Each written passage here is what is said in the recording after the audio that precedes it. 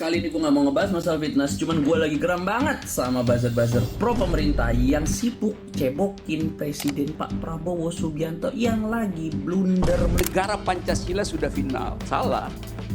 Yang final itu negara republik, bukan negara Pancasila. Di dalam Undang-Undang Dasar yang tidak boleh dirubah cuma bentuk negara. Kita sering melihat mereka di lini masa, warawiri dengan konten-konten yang menarik.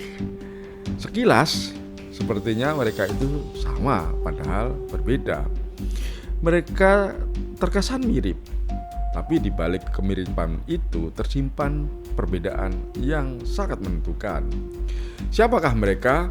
Mereka adalah kritikus, pembenci atau hater, dan pendengung atau buzzer. Apa persamaan dan perbedaan ketiga kelompok konten kreator itu? Kita bahas setelah ini. Tapi jangan lupa subscribe lebih dulu.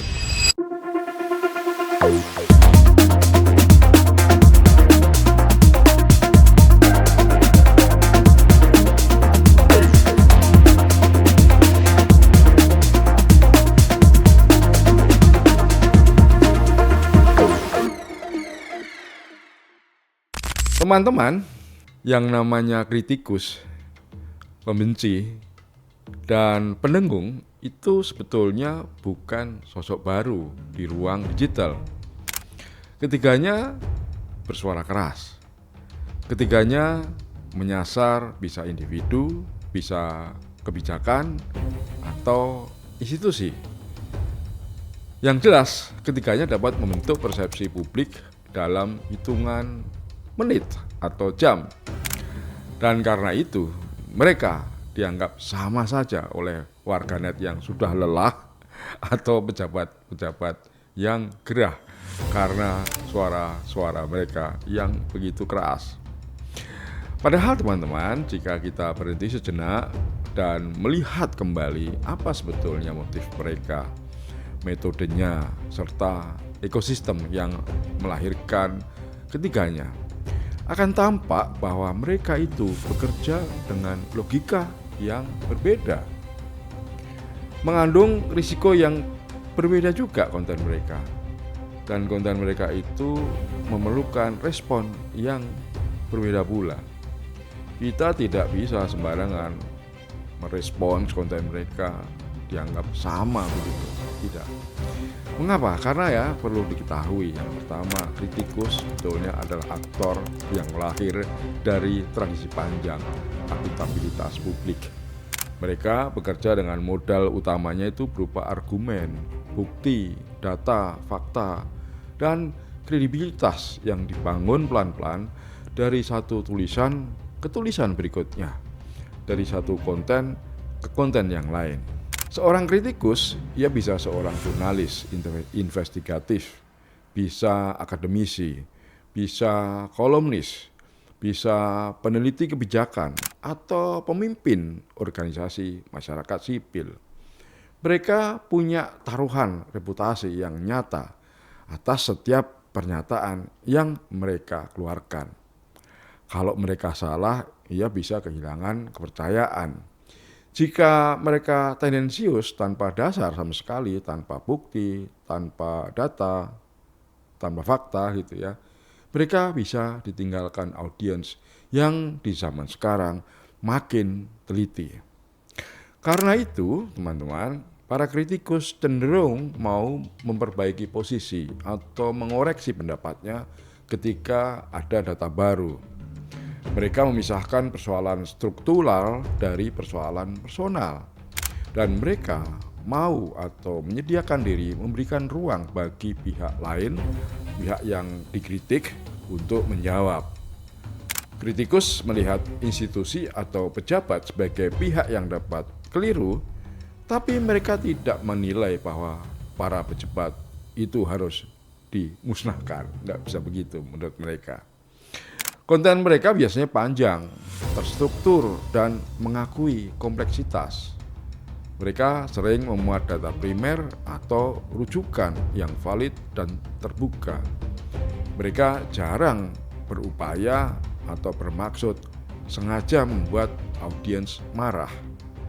Mereka justru kerap berusaha mendinginkan kepala pembaca agar bisa berpikir ulang, menimbang ulang kritik mereka. Para kritikus itu identitasnya umumnya jelas, terang benderang, dapat ditelusuri karena nama baik adalah modal kerjanya. Di sisi yang lain ada yang namanya pembenci. Para pembenci ini atau haters terlihat menyerupai kritikus di permukaan karena mereka bisa juga menyerang sesuatu. Bedanya sumber bahan bakarnya itu berbeda dari para kritikus. Para pembenci digerakkan oleh keluhan yang mereka rasakan, baik dalam kehidupan sehari-hari maupun yang mereka baca dari media. Apakah keluhan itu sahih? Bisa juga salah arah. Para pembenci biasanya merasa dikhianati oleh mungkin seseorang, tokoh, seleb gitu ya, atau dirugikan oleh sebuah kebijakan dari pemerintah, atau sekedar terhubung secara identitas dengan kelompok yang mereka anggap sama-sama terluka. Bahan bakar para pembenci itu utamanya adalah emosi, bukan analitis, dan kepuasannya datang dari pelampiasan, bukan dari pembuktian. Para pembenci itu membuat konten atau suara yang keras tanpa bayaran. Mereka justru membayar dengan waktunya sendiri, kadang dengan akal sehatnya sendiri. Karena itulah para pembenci sulit dipersuasi atau dilawan dengan data, sebab mereka memperjuangkan bukan kebenaran faktual, tapi kebenaran berdasarkan perasaan mereka sendiri. Konten mereka ciri khasnya itu biasanya pendek, berulang-ulang. Kalau misalnya sedang membuat konten misalnya MBG, ya setiap hari mereka menyerang MBG. Jadi diulang-ulang terus. Kadang mereka juga menambahkan ejekan kepada pejabat atau orang yang mendukung MBG. Julukan yang mereka sematkan kepada orang-orang atau lawannya biasanya merendahkan. Mereka juga memakai meme yang dipinjam dari tempat lain dan kadang menjalar menjadi pelecehan yang terorganisir terhadap target mereka. Para pembenci ini biasanya berlindung di balik akun samaran, bukan karena dibiayai oleh satu pihak, melainkan karena mereka itu paham bahwa kebenciannya tidak akan tahan kalau diperiksa dengan nama asli. Yang berbahaya dari para pembenci bukan kebohongan mereka, karena mereka lebih percaya pada apa yang mereka katakan. Yang berbahaya adalah ketidakmampuan mereka menahan diri dan kerentanannya terhadap manipulasi pihak ketiga yang lebih dingin kepalanya. Lalu di sisi yang lain ada yang namanya pendengung. Pendengung ini berdiri di kutub yang lain sama sekali. Mereka adalah profesional, biasanya ya.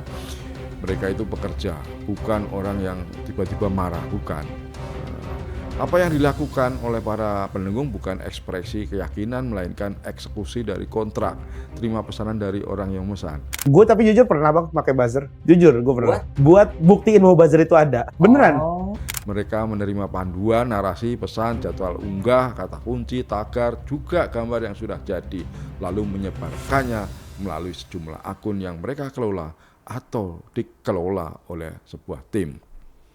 Para pendengung dapat membela seorang tokoh hari ini, tapi bisa menyerangnya bulan depan tanpa beban moral, karena loyalitas mereka terikat pada pemberi kerja, bukan pada kebenaran. Nah, dalam banyak kasus, para pendengung itu bahkan tidak peduli pada isu yang mereka ramaikan. Mereka hanya membutuhkan target unggahan harian terpenuhi atau tidak, ada bukti tangkapan layar sebagai laporan. Konten para pendengung itu sangat khas dan dapat dikenali oleh mata yang terlatih. Biasanya konten mereka muncul serentak dalam jendela waktu yang sempit, menggunakan frasa yang nyaris identik di banyak akun, didukung visual yang nyaris seragam. Biasanya memakai akun dengan riwayat yang janggal, misalnya foto profilnya itu generik, tanggal pembuatannya berdekatan. Pengikut mereka itu biasanya kecil, ya ada yang 0 bahkan gitu ya, dan pola interaksi yang terbatas pada circle mereka sendiri. Para pendengung itu adalah produk dari ekonomi politik baru di mana opini publik diperlakukan sebagai komoditas yang dapat dipesan dalam jumlah tertentu untuk durasi tertentu pula. Kemiripan kritikus, pembenci, dan pendengung terletak pada permukaan saluran dan permukaan dampak. Semua tampil di lini masa yang sama, menggunakan bahasa yang kadang sama tajamnya dan sama-sama mendongkrak atau menjatuhkan reputasi atau citra seseorang dalam tempo yang singkat. Bagi para audiens yang kebetulan lewat di lini masa, mereka itu kadang susah dibedakan.